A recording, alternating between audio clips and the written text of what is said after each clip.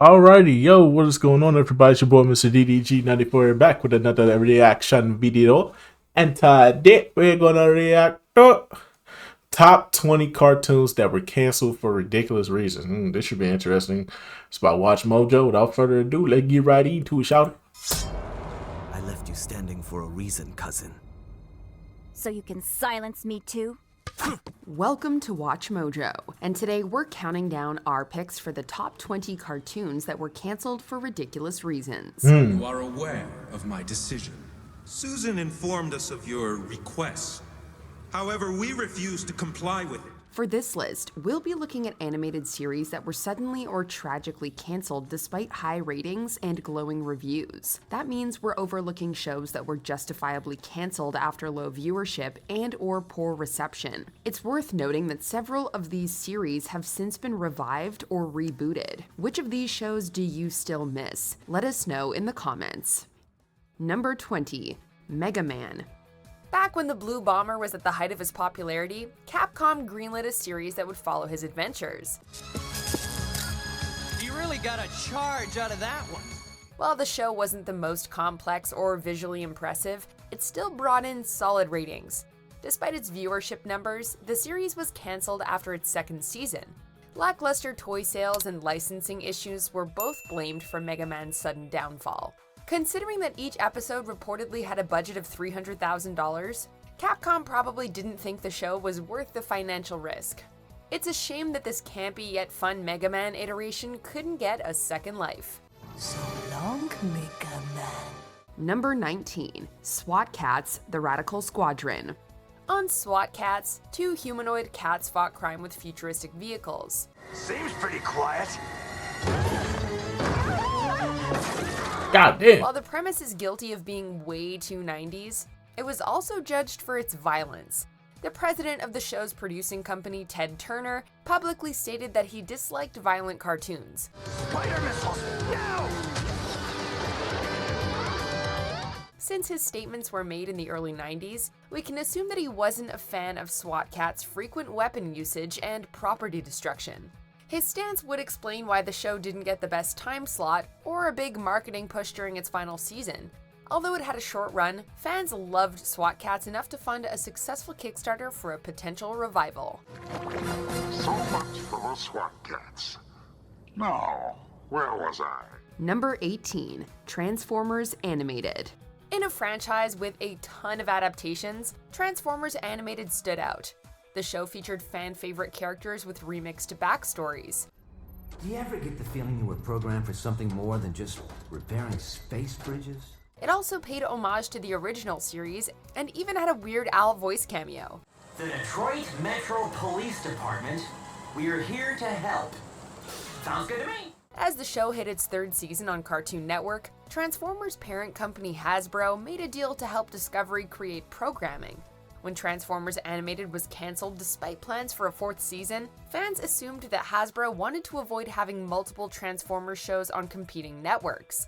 While Hasbro eventually brought new Transformers cartoons to Cartoon Network, Transformers Animated remains a casualty of a big business deal.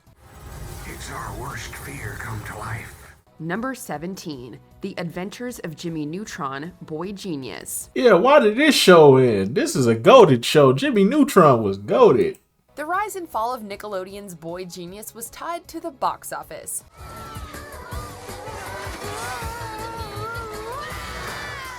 Shortly after the first Jimmy Neutron movie became a box office smash, a full series premiered on Nick. While the show rode on a wave of critical success and awards, the show's main animation studio, DNA Productions, struggled. Although DNA Productions was able to finish work on 2006's Ant Bully, its box office failure made it impossible for the studio to recover. Don't worry, I fixed all the bugs. Without DNA Productions in its corner, Jimmy Neutron's ratings alone couldn't justify the cost of another season. Maybe if Ant Bully had performed better, we wouldn't have been subjected to the lackluster Planet Sheen spinoff.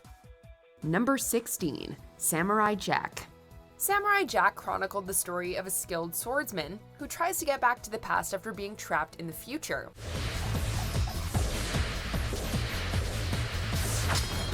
After 4 seasons of slick animation and emotional narratives, production on the show suddenly stopped. Series creator Genndy Tartakovsky later stated his commitment to a new Star Wars show, and network changes didn't give his creative team enough time to wrap up Jack's tale. As a result, the show was placed on an indefinite hiatus for over a decade. Get on with it, you blasted bag of bloated. Dad, we can't hear! It's brutally ironic that a show about time travel was nearly left unfinished because the creators didn't have enough time. Luckily, Samurai Jack received a touching finale just under 13 years later. That's crazy. Number 15, Gargoyles. 90s kids are still heartbroken over the cancellation of this dark cartoon. Gargoyles featured a Not really. I watched it when it was on Toon Disney. It was alright. It wasn't all that. Gargoyles was alright. It wasn't all that. Y'all niggas overhyped this show. This show was not all that, bro. group of winged creatures who secretly protected innocent lives. We can't hide from the world. We must live in it. We must search for allies, kindred spirits. The show's intricate storylines, literary allusions, and 3-dimensional villains made it critically acclaimed and beloved by fans. Unfortunately, the winning formula suffered big changes after season 2. After ABC took over, Gargoyles was renamed, and several story aspects were drastically changed. You would betray my trust, brother. You are a fool to extend it. The show also had to share a time slot with the smash hit Power Rangers. It didn't take long before Gargoyles was put to sleep. Number 14, Pinky and the Brain. One word doomed Pinky and the Brain: Elmyra. Pinky and the Brain were a duo of mice who spent each episode on a new plan for world domination. Obviously, Pinky, you have no idea of the planning that goes into making my intricate, multi-layered stratagems. Oh yes, I do, Brain. First you make a lot of tappy sounds on the computer, tap, tap, tap. Their chemistry was so great that their adventures went from a short on Animaniacs to a full spin-off show. As the brilliantly funny cartoon reached its 4th season, network executives suggested that a 3rd main character should be added to the show, and that's where Elmyra came in. So I made you a special present. My stone? I know how much you like it. When the irritating and shrill character was added for the show's retooling, the ratings nosedived. Elmyra's horrible introduction will hopefully remind executives not to mess with a good formula. Number 13, Kim Possible. Unlike other canceled shows, probably because it met its quota for episodes. For those of y'all that don't know, Disney has this thing where they don't want their shows to go into syndication.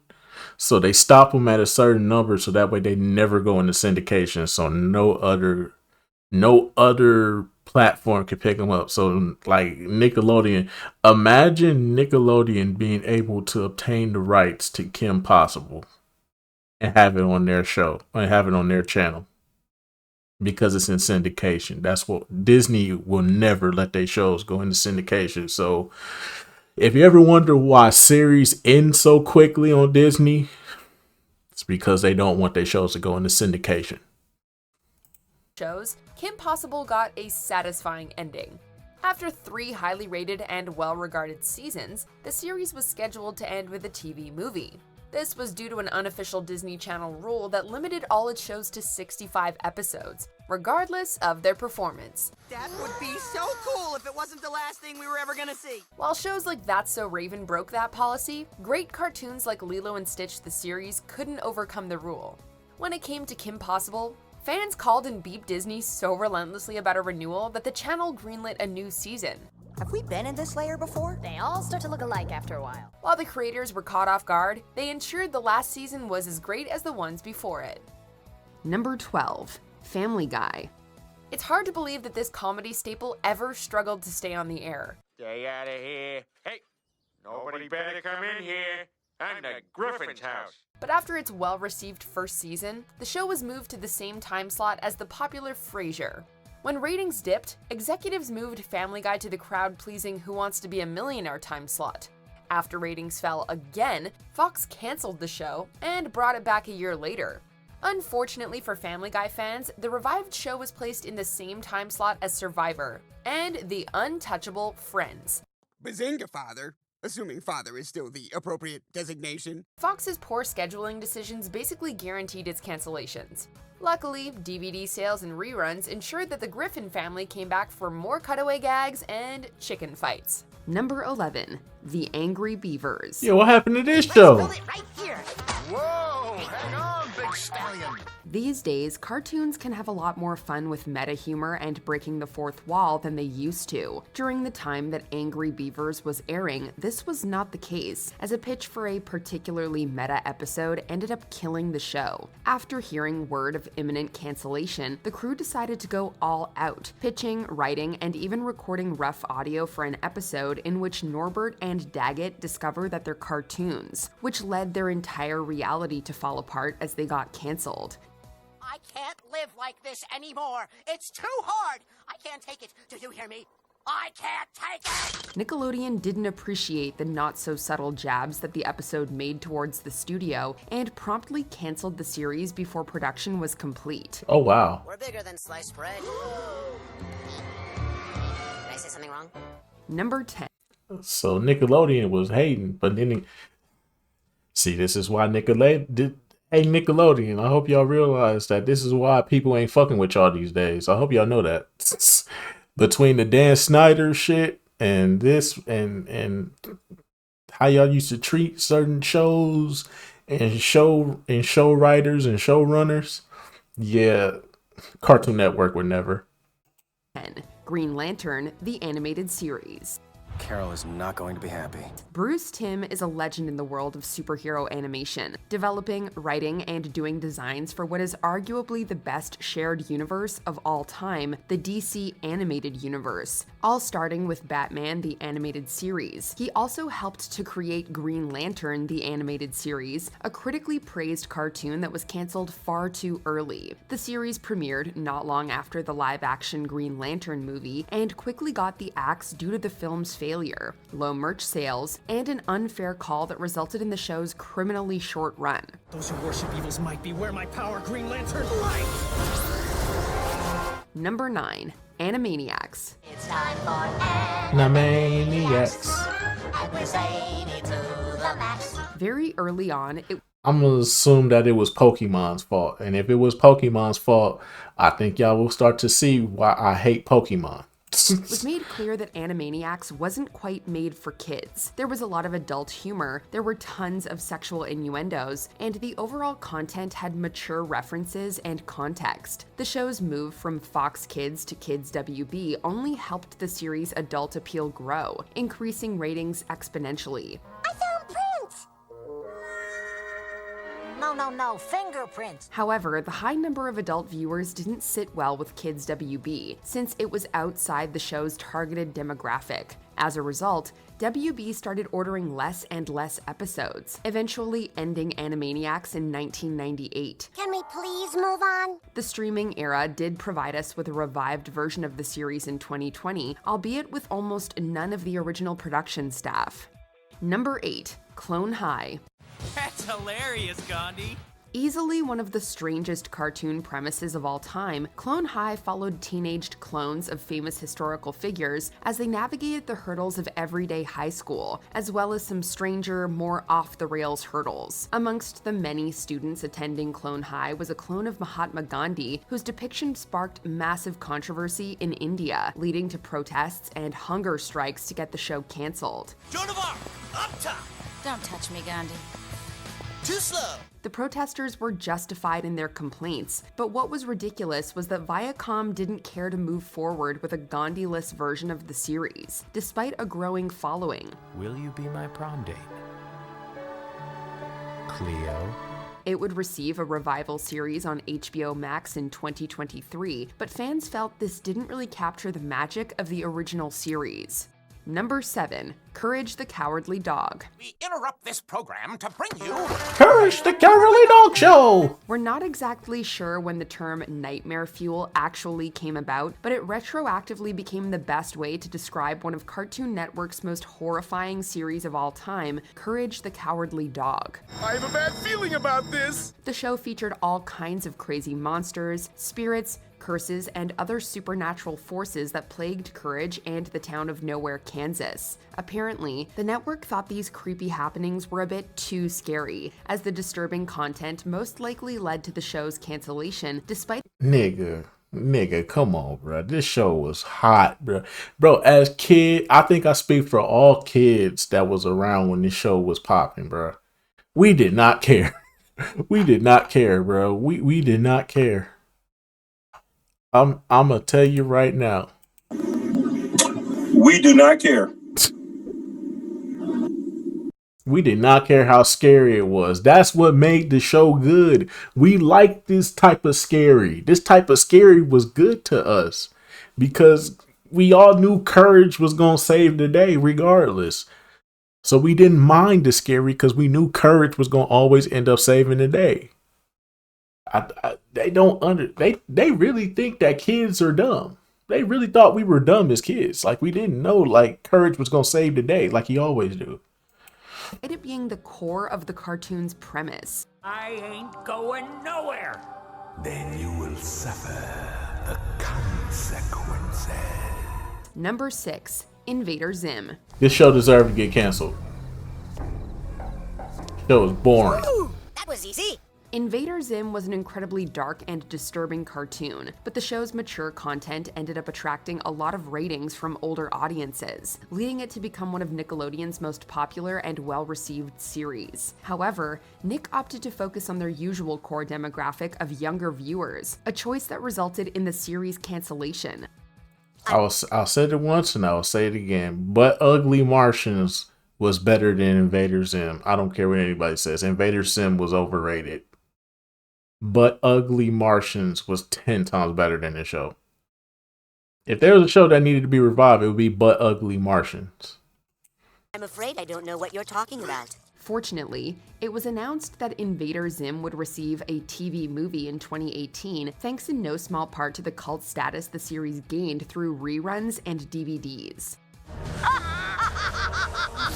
Number 5, The Spectacular Spider-Man. Dude, you are the bossiest damsel in distress I have ever rescued. There's no shortage of Spider-Man cartoons, but many agree that one stands above the rest. The Spectacular Spider-Man. Developed by Greg Weisman and Victor Cook, this series was a perfect amalgamation of all the best parts of Spider-Man, taking specific inspirations from the Ditko and Romita Sr. eras of the character. Now, Mudstain, shall we dance? However, despite the cartoon's popularity and critical praise, it was canceled after only 2 seasons. This was mostly due to Disney's buyout of Marvel, which caused the TV rights of Spider-Man to revert from Sony back to Marvel, effectively killing the series. This must be my floor.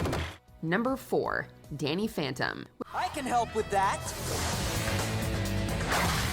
With cartoons, cancellation usually comes down to budget. Animation is extremely expensive, and Danny Phantom was no different. The show was reportedly frequently over budget, so much so that Nick refused to continue funding it, though they did allow creator Butch Hartman the chance to shop it around to other networks. Oh no, you have got to be kidding me. However, due to the show's poor ratings at the time, no network wanted to take the risk, and thus Hartman used the remaining budget to give Danny Phantom a proper ending rather than leave fans with a cliffhanger. That's not Danny! Number 3, Star Wars: The Clone Wars. After the uneven Star Wars Episode 2 teased the Clone Wars, this animated spin-off fully dived into the conflict. In an escape pod, sir? The enemy will fire at anything we launch. Then launch all of them, you will. The series gave us more time with popular characters like Yoda, Obi-Wan, Anakin, and Ahsoka Tano. Get in the ship, now! Can't you see they're retreating? They're about to overrun you, Ahsoka. By placing them in layered plots, we got more insight into their motivations and personalities. In 2013, fans were stunned when Lucasfilm announced the show was cancelled because they wanted a new direction in animated programming. However, Boba Fett voice actor Daniel Logan said that the cartoon was struck down because it was becoming too adult for its intended audience. Your destiny will always be linked with ours, but you have your own path to follow. Fortunately, audiences got the last run of Clone Wars with the 7th and final season premiering on Disney Plus in 2020. Number 2, Futurama. Sounds like fun. How long do I have to live? Futurama is one of the most beloved animated series of all time, known for its hilarious and ridiculous depiction of the future, as well as its deeply dramatic and heartbreaking episodes. Yet, despite being so loved, the series had quite a rough road, with Fox not broadcasting new episodes for a time, and even refusing to purchase them before finding its final home on Comedy Central. In your face, Grim Reaper! The reason for its initial unofficial cancellation was because Fox failed to keep a consistent airing schedule, making it hard for fans to predict when new episodes would air, causing low ratings and ultimately leading to its going out of production. Bah! This opera's as lousy as it is brilliant. Gah! Luckily, Hulu picked up the series for a 20-episode reboot in 2022. Before we continue, be sure to subscribe to our channel and ring the bell to get notified about our latest videos. You have the option to be notified for occasional videos or all of them. If you're on your phone, make sure you go into your settings and switch on notifications. Number 1, Young Justice. Is that Batman? Oh my goodness. I see Flash and Flash Jr. The downside to producing an animated series is that its lifespan can be sometimes entirely determined by toy sales. Like Teen Titans and Symbionic Titan before it, Young Justice fell victim to issues with toy sales. The alleged problem was that the toys were only marketed towards boys, and because a large number of girls watched Young Justice, their sales were much lower than intended. Mattel then canceled the toy line, cutting the show's funding and eventually leading to the show's cancellation. Thankfully, however, fans made themselves heard, and 2 more seasons were released before Young Justice was not renewed in the Warner Media Discovery Inc. merger. Did you enjoy this video? Check out these other clips from WatchMojo and freaky ass one right here seemed a little interesting. But anyway, so that's just gonna about do it for this one. Wow. So a lot of these shows was basically cut just due to budget. Either due to budget or just due to the network just like, oh, you're not reaching our target audience. It's like, well, if the show's doing good, why does it matter? As long as the show is being reached, as long as the show is selling, I understand you want to sell toys and stuff like that, but you got to also understand too, there's other forms that you can sell, like t-shirts, DVDs, video games, apps.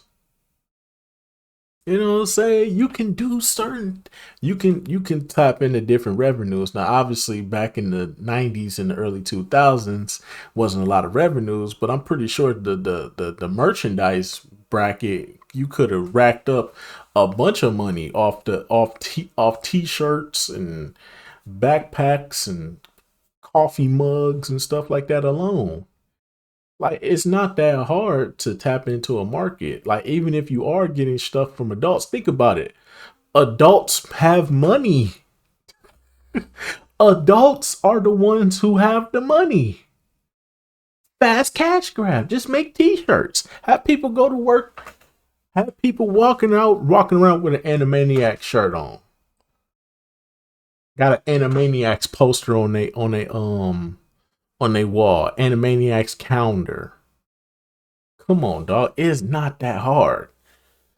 But as always, you know how these companies rock.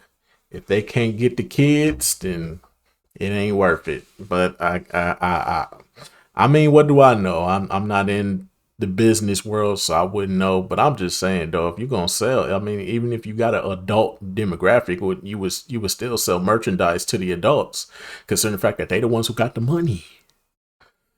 But I digress, though. Anyways, though, that's just gonna about do it for this one, man. I will see you all in the next video. Till then, peace out.